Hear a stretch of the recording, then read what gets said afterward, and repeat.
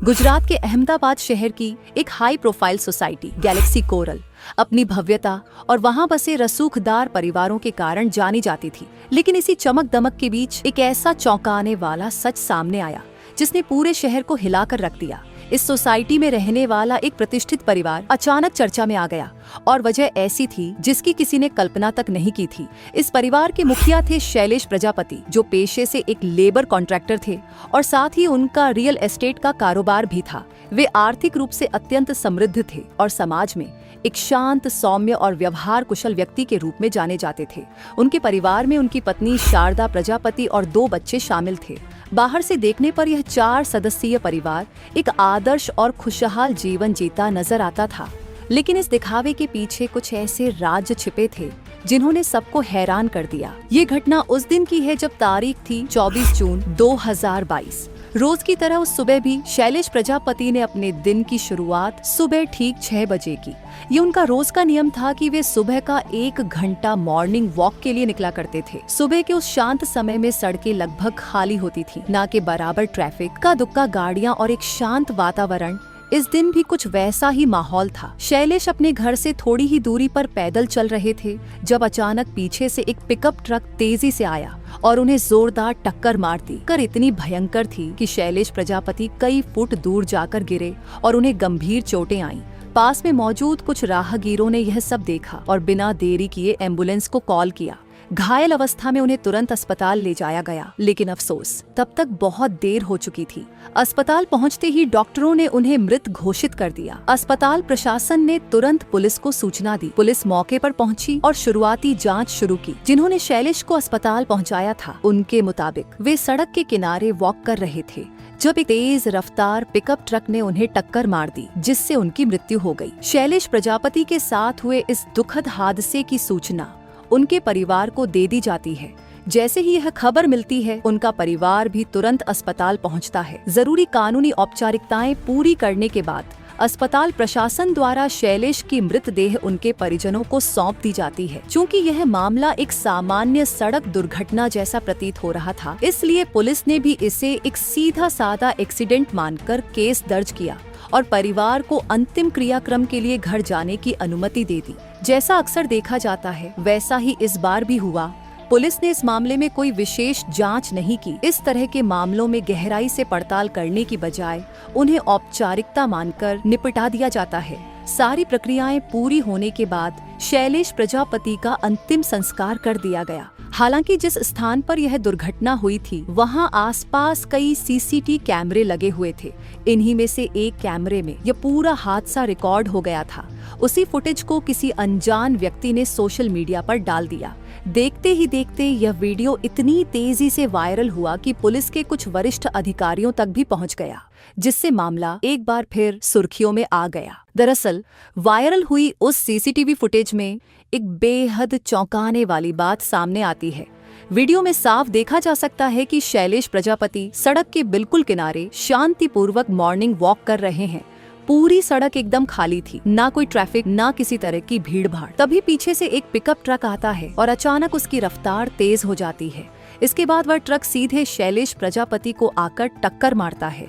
Video देखने पर ऐसा बिल्कुल नहीं लगता कि यह कोई सामान्य सड़क दुर्घटना थी, क्योंकि सड़क पूरी तरह खाली थी।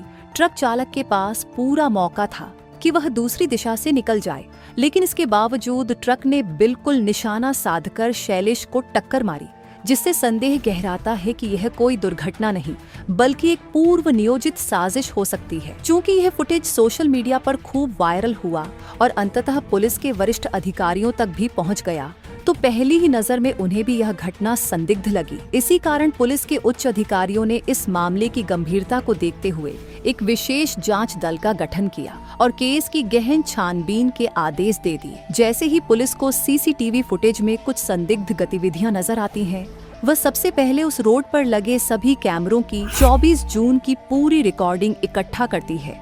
इन फुटेज को बारीकी से खंगालने पर एक अहम सुराग हाथ लगता है। पुलिस देखती है कि जिस समय शैलेश प्रजापति अपने घर से मॉर्निंग वॉक के लिए निकले, ठीक उसी वक्त एक अनजान व्यक्ति थोड़ी दूरी से उनका पीछा कर रहा था। यह शख्स कुछ दूर तक शैलेश के पीछे पीछे चलता है और फिर सड़क किनारे खड़े एक पिकअप ट्रक में जाकर बैठ जाता है। अगले सीसीटीवी कैमरे की रिकॉर्डिंग में यह साफ दिखता है कि वही ट्रक कुछ ही देर बाद शैलेश प्रजापति को जोरदार टक्कर मारता है। यहाँ से ये बात स्पष्ट हो जाती है कि यह कोई साधारण दुर्घटना नहीं बल्कि एक सोची समझी साजिश थी। पहले शैलेश की रेकी की गई, फिर जानबूझकर ट्रक के जरिए उनकी हत्या की गई। इस अहम मोड़ के बाद पुलिस की टीम शैलेश प्रजापति के घर पहुंचती है और उनके परिजनों से पूछताछ करती है। उनकी पत्नी, बच्चों और अन्य करीबी लोगों से यह जानने की कोशिश होती है कि कहीं व्यापारिक रंजिश, पैसे का लेन देन या किसी से दुश्मनी तो नहीं थी। लेकिन परिवार का कहना होता है कि शैलेश बेहद शांत स्वभाव के, मिलनसार और समझदार व्यक्ति थे। उनका कभी किसी से विवाद नहीं हुआ, न ही किसी से कोई आर्थिक दुश्मनी थी। जब शैलेश प्रजापति के परिवार से पूछताछ में पुलिस को कोई ठोस सुराग नहीं मिलता, तो जांच को आगे बढ़ाते हुए पुलिस उनकी कॉल डिटेल रिकॉर्ड यानी CDR खंगालने का फैसला करती है। चूंकि शैलेश एक सफल बिजनेसमैन थे और उनका रियल एस्टेट का कारोबार भी था, इसलिए वे रोजाना कई लोगों से फोन पर बातचीत किया करते थे। ऐसे में पुलिस के लिए हर नंबर की गहराई से जांच करना एक लंबी और समय लेने वाली प्रक्रिया थी। जैसे जैसे पुलिस कॉल डेटा की तह में जाती है, उन्हें एक दिलचस्प बात पता चलती है। एक व्यक्ति ऐसा था जिससे शैलेश पहले नियमित रूप से बातचीत किया करते थे, लेकिन पिछले 2 या 3 महीनों से उस नंबर पर उनका कोई संपर्क नहीं हुआ था। जब उस नंबर की पहचान की गई तो सामने आता है कि वह व्यक्ति कोई और नहीं बल्कि शैलेश प्रजापति का ही बिजनेस पार्टनर नितिन प्रजापति है। यही बात पुलिस के लिए संदेह का कारण बनती है। वे सोचने लगते हैं कि अगर पहले दोनों के बीच लगातार बातचीत होती थी और अब अचानक से संपर्क टूट गया है, तो कहीं ना कहीं कोई मतभेद जरूर हुआ होगा। संभव है कि पैसे या कारोबार को लेकर दोनों के बीच विवाद हुआ हो और उसी के चलते नितिन ने किसी के जरिए शैलेश की हत्या करवाई हो। हालांकि यह सिर्फ पुलिस का एक अनुमान था, लेकिन अब जांच की दिशा इसी शक के इर्द गिर्द घूमने लगती है। पुलिस जब नितिन प्रजापति को शक के घेरे में लेकर अपनी जांच को आगे बढ़ाती है, तो सबसे पहला कदम उसकी कॉल डिटेल रिकॉर्ड यानी CDR निकालने का होता है। इस CDR में एक बेहद चौंकाने वाली बात सामने आती है। पिछले 2 या 3 महीनों से भले ही नितिन और शैलेश प्रजापति के बीच कोई बातचीत नहीं हुई थी, लेकिन नितिन की लगातार बातचीत शैलेश की पत्नी शारदा प्रजापति से होती रही थी। पुलिस देखती है कि शारदा और नितिन घंटों घंटों तक फोन पर बात करते थे और हैरान करने वाली बात ये थी कि शैलेश की मृत्यु के बाद भी उनकी पत्नी शारदा लगातार नितिन से संपर्क में बनी हुई थी। यही बात पुलिस को खटकती है और वे इसी दिशा में पड़ताल आगे बढ़ाते हैं। जब पुलिस शैलेश प्रजापति के घर के आसपास रहने वाले लोगों से पूछताछ करती है, तो एक और बड़ा खुलासा होता है। कई लोगों का कहना था कि शैलेश जब भी काम से बाहर जाते थे, तो नितिन अक्सर उनके घर आता था और शारदा के साथ उसे काफी घनिष्ठ और हंसमुख अंदाज में बातचीत करते देखा गया था। ये सब जानने के बाद पुलिस को जांच की एक स्पष्ट दिशा मिल जाती है। संदेह और सबूतों के आधार पर पुलिस नितिन प्रजापति को हिरासत में लेती है और सख्ती से पूछताछ शुरू करती है। जब उसके सामने शारदा के साथ की गई लंबी कॉल्स के सबूत पेश किए जाते हैं, तो नितिन टूट जाता है और सच उगल देता है। वह कबूल करता है कि पिछले कई वर्षों से उसका और शारदा का आपस में अवैध संबंध चल रहा था। दोनों एक दूसरे से प्रेम करते थे और इस रिश्ते की राह में शैलेश प्रजापति को बाधा मानते थे। इसीलिए शैलेश की हत्या की साजिश दोनों ने मिलकर रची और उसे अंजाम दिया। अब पूरा मामला साफ हो चुका था। नितिन ने स्वीकार कर लिया था कि शैलेश की हत्या उसी ने कराई थी और इसमें शैलेश की पत्नी शारदा का भी पूरा सहयोग था। इस कारण पुलिस ने शारदा को भी गिरफ्तार कर लिया और वहीं से ये पूरी कहानी बाहर आई। दरअसल नितिन न केवल शैलेश प्रजापति का बिजनेस पार्टनर था, बल्कि उसका करीबी दोस्त भी था। इसी वजह से वह अक्सर शैलेश के घर आया करता था। कुछ साल पहले उसकी मुलाकात शैलेश की पत्नी शारदा से हुई और उनकी दोस्ती जल्द ही एक गहरे रिश्ते में बदल गई। नितिन अक्सर शारदा से मिलने उसके घर आता था, खासकर तब जब शैलेश घर पर नहीं होता था। लेकिन ऐसी बातें लंबे समय तक छुपी नहीं रह सकती। धीरे धीरे शैलेश को कहीं से पता चल गया कि उसकी पत्नी शारदा और उसका दोस्त नितिन के बीच कुछ चल रहा है। उसने अपनी तरफ से जांच पड़ताल की और यह सब सच साबित हुआ। शैलेश ने शारदा का मोबाइल भी चेक किया और देखा कि वह घंटों तक नितिन के साथ बातें करती रहती है। उसने उनकी व्हाट्सएप चैट भी देखी, जिससे उसके शक और बढ़ गए। जब शैलेश ने इस बारे में अपनी पत्नी से सवाल किया, तो शारदा ने उसे भरोसा दिलाया कि ऐसा कुछ नहीं है। उसने कहा कि वह नितिन को केवल एक दोस्त मानती है और उनके बीच सिर्फ दोस्ताना बातचीत होती है, बाकी कोई अजीब बात नहीं है। हालांकि शैलेश प्रजापति को अपने मन में पहले ही कुछ शक हो गया था, लेकिन उसके पास कोई ठोस सबूत नहीं था जिससे वह अपनी बात साबित कर सके। उसे यह भी पता चल गया था कि जब वह घर पर नहीं होता तो नितिन अक्सर उनके घर आता है। इसलिए शैलेश ने अपने बेडरूम में एक छुपा हुआ कैमरा लगवा दिया। कैमरा लगवाने के बाद वह 2 से 3 दिनों के लिए शहर से बाहर चला गया, यह सोचकर कि उसकी गैर हाजिरी में नितिन जरूर उसके घर मिलने आएगा। जब वह वापस आया और उस कैमरे की रिकॉर्डिंग देखी तो उसके पैरों तले जमीन खिसक गई। रिकॉर्डिंग में जो कुछ भी दिखा वह शैलेश की सोच से कहीं ज्यादा था। उसकी बीवी शारदा और उसके दोस्त नितिन के रिश्ते उस हद तक बढ़ चुके थे जिसकी उसे कल्पना भी नहीं थी। शैलेश ने तुरंत अपनी पत्नी शारदा के पास जाकर वह रिकॉर्डिंग दिखाई। अब शारदा के पास कोई जवाब नहीं बचा था। वह हाथ जोड़कर शैलेश से माफी मांगने लगी और वादा किया कि आगे ऐसी गलती कभी नहीं होगी।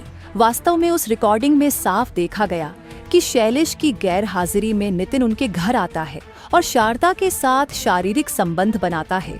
अब सारी बातें साफ हो चुकी थी। इसी वजह से शैलेश ने नितिन से बातचीत पूरी तरह बंद कर दी थी। उनके बीच जो भी बिजनेस डील थी वह खत्म कर दी गई थी और पिछले 2-3 महीनों से शैलेश ने नितिन से कोई संपर्क नहीं रखा था। शैलेश सोच रहा था कि शायद उसकी बीवी अब सुधर जाएगी क्योंकि उसने पूरे सबूतों के साथ उसे पकड़ लिया था, लेकिन ऐसा कुछ भी होने वाला नहीं था। दरअसल शारदा ने नितिन को यह सब बताया कि शैलेश के पास उनकी रिकॉर्डिंग है, वह हिडन कैमरा लगा चुका है और अब वे दोनों खुलकर मिल नहीं पाएंगे। शारदा और नितिन ने फैसला किया कि यह रिश्ता यहीं खत्म करना होगा, लेकिन दोनों के दिल में हवस की आग इतनी तेज थी कि उन्होंने मिलकर एक खतरनाक योजना बनाई और शैलेश को रास्ते से हटाने का प्लान बना लिया। इसी योजना के तहत नितिन ने एक सुपारी किलर यासीन अंसारी को हायर किया। नितिन ने उसे 10 लाख रुपए देने का वादा किया और साथ ही कहा कि शैलेश की हत्या इस तरह से हो कि वह एक हादसा लगे। इसी कारण यासीन अंसारी ने अपने साथ 2 और लोगों को शामिल किया और एक प्लान बनाया कि शैलेश प्रजापति की हत्या को एक्सीडेंट का रूप दिया जाएगा। इसके लिए उन्होंने 24 जून 2022 का दिन चुना। उस दिन सबसे पहले एक व्यक्ति शैलेश का पीछा करता है। पीछा करने के बाद वह उस पिकअप ट्रक में बैठ जाता है जिसमें पहले से ही 2 लोग मौजूद थे, यासीन अंसारी और उसका एक साथी। इसके बाद वे ट्रक को बहुत तेज गति से लेकर शैलेश प्रजापति को टक्कर मारते हैं। टक्कर इतनी जोरदार होती है कि शैलेश को तुरंत चोट लग जाती है और उनकी मृत्यु हो जाती है। सबको यही लगता है कि यह एक एक्सीडेंट था, लेकिन बाद में वह वीडियो सोशल मीडिया पर वायरल हो गया जो पुलिस के अधिकारियों तक भी पहुंचा। जांच के दौरान यह पूरा सच सामने आ गया। आज के समय में सोशल मीडिया के जितने नुकसान हैं, उतने ही फायदे भी हैं। कई बार ऐसे मामले होते हैं जो सामान्य जांच में छूट जाते हैं, लेकिन सोशल मीडिया पर वायरल होने के बाद उनका मामला हाईलाइट हो जाता है और जांच होती है। ऐसे उदाहरण हम अक्सर देखते हैं। इसलिए कहा जा सकता है कि हर चीज के फायदे और नुकसान दोनों ही होते हैं। इस तरह से शैलेश प्रजापति की हत्या का पूरा मामला सुलझ गया। इस केस में शैलेश की बीवी शारदा और उसके दोस्त नितिन को मुख्य आरोपी बनाया गया। साथ ही उन 3 भाड़े के हथियारों को भी गिरफ्तार कर लिया गया। ये 5 आरोपी अब भी जेल में हैं और केस की सुनवाई और जांच अभी जारी है। ये कहानी हमें यह सिखाती है कि कभी-कभी जो दिखता है वह हमेशा सच नहीं होता। परिवार और रिश्तों के भीतर भी छुपे रहस्य होते हैं जो समय के साथ उजागर हो सकते हैं। साथ ही सोशल मीडिया और तकनीक की मदद से कई बार न्याय संभव हो पाता है। उम्मीद है कि इस मामले की पूरी जांच और सच्चाई जल्द ही सामने आएगी ताकि सही न्याय हो सके।